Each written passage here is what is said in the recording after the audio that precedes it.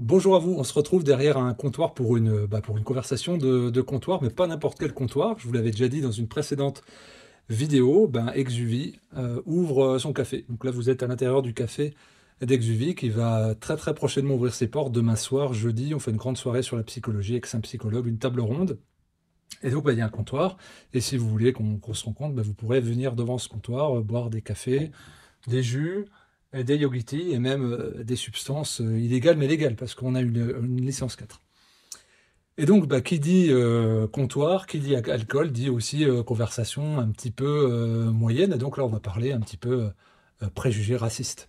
Et donc, voilà, c'est un peu dans l'air du temps, il faut vivre avec son époque. Mais il y a une communauté sur laquelle on peut être un peu raciste de manière socialement acceptable. Ça va. Donc les Indiens, c'est sûr, et les Chinois. Donc tout ce qui est asiatique, on peut y aller, donc on va y aller. On va dire, est-ce que les Chinois, ils sont vraiment bizarres? Est-ce qu'ils sont tordus? C'est bizarre quand même. Tu vois, est-ce qu'on peut se foutre de leur gueule parce qu'ils sont idiots? Et donc moi je me souviens, pourquoi je dis ça? Parce que je me souviens que pendant les JO de Beijing, les JO d'été 2006, il y avait eu quand même un grand étalage des partis politiques dans la presse et dans la population de dire mais les Chinois ils sont quand même vachement bizarres, ils mettent des caméras de surveillance, ils surveillent leur population, ils font de la reconnaissance, de l'identification, ils tracent les gens, c'est quand même vachement bizarre, c'est vraiment une dictature très très très très dangereuse. Cette surveillance de l'individu, ce fichage, ça présage rien de bon. Et donc on nous donnait beaucoup de bonnes leçons, hein, c'était à 100% unanime, c'était pas bien ce que les Chinois faisaient. Et là on se retrouve projeté 16 ans plus tard, donc en France, tiens, il y a les JO cet été, dans le mois prochain, et donc on se rend compte que en France on a la surveillance de masse généralisée, la reconnaissance faciale, avec un petit salut à notre ville de Nice et Monsieur Estrosi. On a également les QR codes pour circuler dans Paris. J'ai déjà eu les QR codes, hein, donc on commence à peu être habitué. Le traçage systématique, puis voilà l'identification numérique qui est un peu courante partout. On a officialisé aussi le fait de pouvoir mettre les gens sur écoute sans commission policière spéciale. Bon, mais là ça passe parce que c'est pas pareil, c'est pour la sécurité. Mais sauf que les Chinois aussi disaient que eux aussi, pour les JO de Beijing, c'était pour la sécurité. Mais on était quand même assez prompt à les juger. Et puis pareil, on les jugeait beaucoup sur le fait qu'ils systématisent les écrans dans les écoles, et puis que des classes surchargées, puis que ça faisait un petit peu écran, écran, écran. J'ai l'impression que c'est un peu la même chose aussi. Au niveau des écrans, on a moins de temps et plus d'écrans, puis surtout les codes de couleur, de comportement dans les écoles, où on va dire c'était quand même quelque chose, un échelonnement de valeurs, et puis de circuit de récompense. T'es un bon élève, t'es étiqueté telle couleur, t'es un moyen élève, t'es étiqueté quelle couleur, et t'es un pas bon élève, t'es étiqueté quelle couleur. Et puis si t'es dans la bonne couleur, t'as même pas obligation de faire tes devoirs, ou c'est la maîtresse qui va prendre tes notes.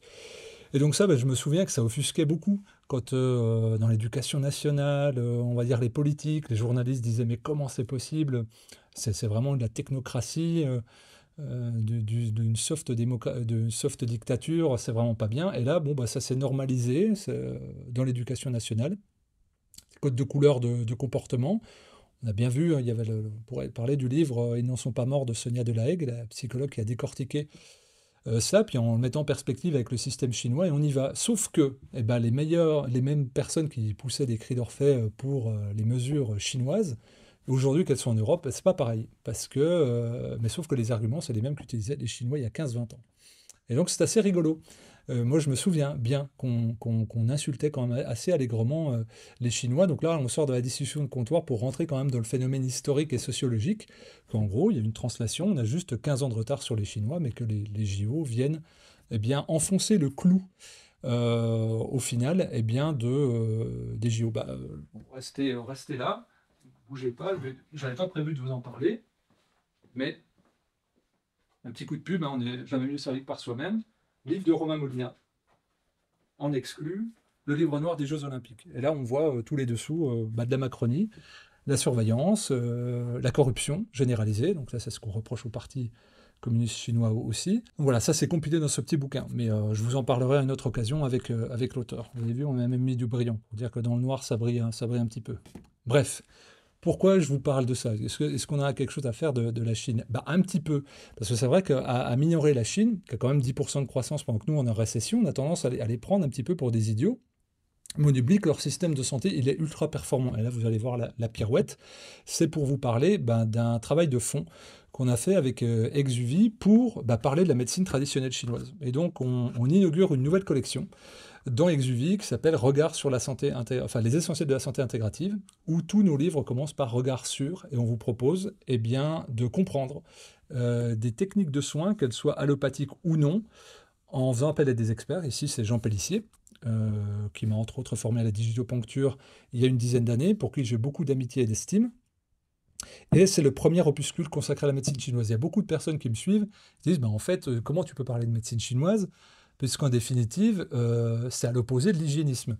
Et moi, je dis toujours, il faut prendre les systèmes pour ce qu'ils sont, il faut les prendre de leur globalité, et une fois qu'on les a compris, on peut les mettre en perspective et en comparaison. De la même façon que l'homéopathie uniciste est pour moi fondamentalement cousine de l'hygiénisme, parce qu'elle se base sur l'élan vital, la toxémie, et tente d'aller chercher la cause profonde des maladies. Et bien, c'est la même approche que la médecine chinoise. Moi, il m'a fallu des années et des années pour la comprendre, et c'est en suivant une formation avec Jean Pellissier que j'ai enfin pu comprendre, hop, devant le petit café, que j'ai un peu pu comprendre la substance profonde et la complexité. Pas l'aspect difficile, la complexité de la médecine chinoise. Alors bien sûr, le fait d'être immergé dans une culture fait que on comprend mieux. Et que nous, faut se retourner un petit peu le cerveau, parce que c'est beaucoup basé sur le taoïsme. Et puis concrètement, si on reste ethnocentré, comme je l'ai dit en faisant des blagues de mauvais goût au début, ça cause un problème. Mais quand on commence à voyager, à s'ouvrir, c'est un peu mieux. Moi, j'ai eu la chance d'aller en Chine, mais surtout à Taïwan, où j'ai vu la médecine chinoise. J'ai d'ailleurs donné une conférence en 2015, je crois. Et j'avais pu me rendre compte à quel point les personnes étaient complètement pragmatiques vis-à-vis de la médecine chinoise. Alors, ils sont très portés sur la technologie, en Chine de l'Est et puis à Taïwan, mais ils ont un pied dans la médecine allopathique, on va dire très technologique, et dans la médecine traditionnelle chinoise qui a 5000 ans. Même chose en Inde, je vous avais consacré une vidéo à l'Inde, où je vous expliquais mon parcours dans l'Ayurveda, le fait que j'ai été enseigné dans un hôpital ayurvédique, où je voyais des choses ultra traditionnelles, avec des plantes qui avaient 3000 ans, en sanskrit, on va dire des bains de vapeur, des sangsues, des poses de cire sur les articulations, et de notre côté des chirurgies, on va dire, très, très pointilleuses au nanomètre. Donc voilà, il y a tout ça. Et la médecine chinoise, en fait, aujourd'hui, elle arrive à complètement s'intégrer à la médecine allopathique moderne. J'étais il y a un mois au domaine du cèdre, en Bretagne, de Patrick Chen, un autre grand nom de la médecine chinoise, euh, et donc qui a reçu le même enseignement que Jean Pellissier par ailleurs. Et il y avait un anthropologue de la santé chinois qui était là, médecin, et qui montrait les deux pieds sur lesquels marchait la Chine. Et c'est ça que j'essaie de vous proposer dans cette collection. Ce sont des petits opuscules de 96 pages extrêmement synthétiques, mais qui ne tombent pas dans la simplification à outrance, qui sont vraiment de la pensée complexe, mais bien synthétisée, à l'intention à la fois des médecins généralistes, des allopathes qui voudraient s'ouvrir plus largement vers les médecines complémentaires, donc faire un pas vers la santé intégrative, mais également le grand public, pour que vous puissiez vous informer efficacement avec des sources de personnes qui ont une grande expertise dans le domaine. Et donc, ce qui m'a tenu à cœur dans ce livre, c'est de sortir des préjugés, de dire ouais, c'est trop compliqué. Pour aussi c'est aussi complexe, c'est qu'au fond, ça comprend pas les maladies, puis l'hygiénisme, c'est très simple. Oui, mais sauf que si vous commencez à vous intéresser à la médecine chinoise, qu'est-ce qu'on vous sort en numéro 1? Ce sur quoi les médecins chinois insistent en numéro 1, c'est les émotions. C'est les émotions, ensuite la spiritualité, l'énergétique, et ensuite la diététique. Et souvent, on dit, ouais, mais les Chinois, ils mangent de tout. Oui, parce qu'ils mangent sur un principe énergétique. Ils ne vont pas se focaliser, comme en Ayurveda, d'ailleurs, on ne parle pas de calories, on ne parle pas de micronutriments. On parle de système, puis on regarde le tempérament de l'individu, et on va l'orienter vers une alimentation. Et s'il gère bien ses émotions, il n'aura pas de troubles du comportement alimentaire, avec des compensations, des compulsions, des restrictions, un dogmatisme aussi, il sera simplement épanoui, et si on est épanoui, on a plus de chances de manger équilibré. D'ailleurs, il y a plein de gens qui me disent « Oui, mais regarde, les vieux, avant, ils mangeaient plein de choses différentes, et ils n'étaient pas malades, donc c'est la preuve que la naturopathie ou l'hygiénisme, ça ne marche pas. » C'est vrai, à condition qu'on mette l'épanouissement et l'activité physique, l'épanouissement individuel, en premier lieu. Si vous êtes stressé, anxieux, angoissé, vous pouvez plus facilement vous faire un ulcère qu'avec de la malbouffe. Et d'ailleurs, vous le voyez bien, quand vous avez des contrariétés émotionnelles, votre corps décompense et somatise beaucoup plus facilement. Et donc, c'est tout cet arbre à 5 branches que la médecine traditionnelle chinoise investigue. Donc il y a une grande part sur la diététique, bien sûr, mais c'est de comprendre aussi qu'est-ce que le Qigong, qu'est-ce que le massage Tuina, entre autres, qu'est-ce qu'aussi la pharmacopée chinoise, qu'est-ce que l'acupuncture, parce qu'on connaît la médecine chinoise à travers l'acupuncture, mais il n'y a pas que ça, et puis cette partie émotionnelle. Et donc et puis acupuncture, digitopuncture et tout ce qui est corollaire.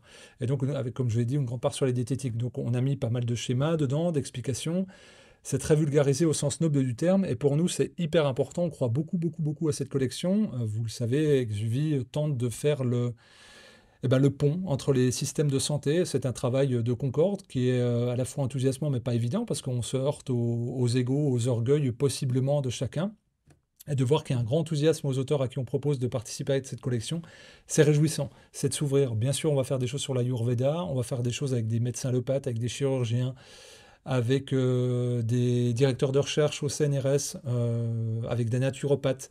Bref, il y a tout un éventail de personnes. On espère vraiment que ça va vous plaire. On l'a fait à petit prix. Chaque livre sera à 15 euros.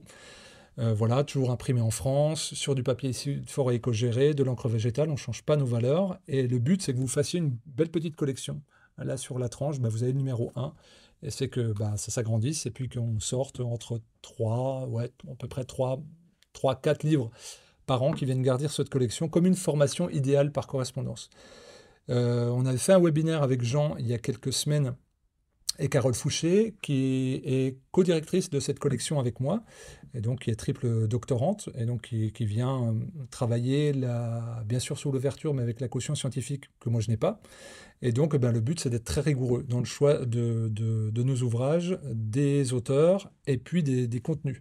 Donc on espère que ça vous plaire. Si vous vous intéressez à la médecine chinoise, si vous voulez savoir comment elle fonctionne, comment ce système est élaboré, ce système de pensée et d'application extrêmement pratique, parce que c'est de la pratique, la médecine chinoise, je peux que vous encourager à prendre ce livre. C'est aussi une façon de nous soutenir, parce que le travail qu'on fait, il est dans indépendance totale. Vous ne voyez pas dans les médias, à peine dans les médias indépendants. Et donc, évidemment, c'est pas simple. Créer ce lieu-là, c'est pas simple aussi. Le but, c'est d'y faire venir des conférenciers, des gens en séminaire, de faire des formations, de faire des certifications, d'y boire un verre ensemble, tout simplement, il y aura des ateliers de yoga, de qigong, il y aura de la méditation. Tout ça, c'est fondamental pour nous. Donc, dans la description, vous trouverez l'adresse du lieu. Et puis, toutes les bonnes aides sont les bienvenues. Voilà, là, c'est un copain qui nous a fait le bar sur mesure. Mon papa y a bossé aussi. J'ai mis beaucoup d'énergie. Et puis, voilà, on est très heureux de tout cela. Il y a beaucoup de projets qui arrivent.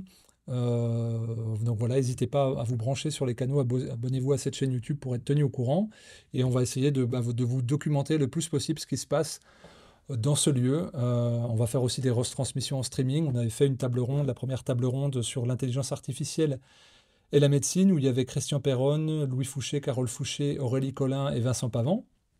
Et donc on avait streamé en direct, il y avait eu 6000 personnes en direct, et puis on était tenu, je crois qu'on était 90 dans la salle. Donc le but, c'est de réitérer ces événements-là.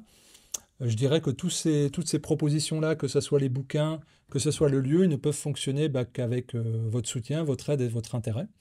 Et donc allez sur la fiche produit, lisez quelques pages. Si ça vous enthousiasme, profitez de ce savoir-là à petit prix pour vous former, on va dire, à d'autres pratiques. Je parle au pluriel avec toute la collection qu'on va faire, et puis aussi de soutenir notre travail pédagogique de fond qu'on envisage sur plusieurs années. Je vous remercie de votre attention, bonne lecture et à très vite.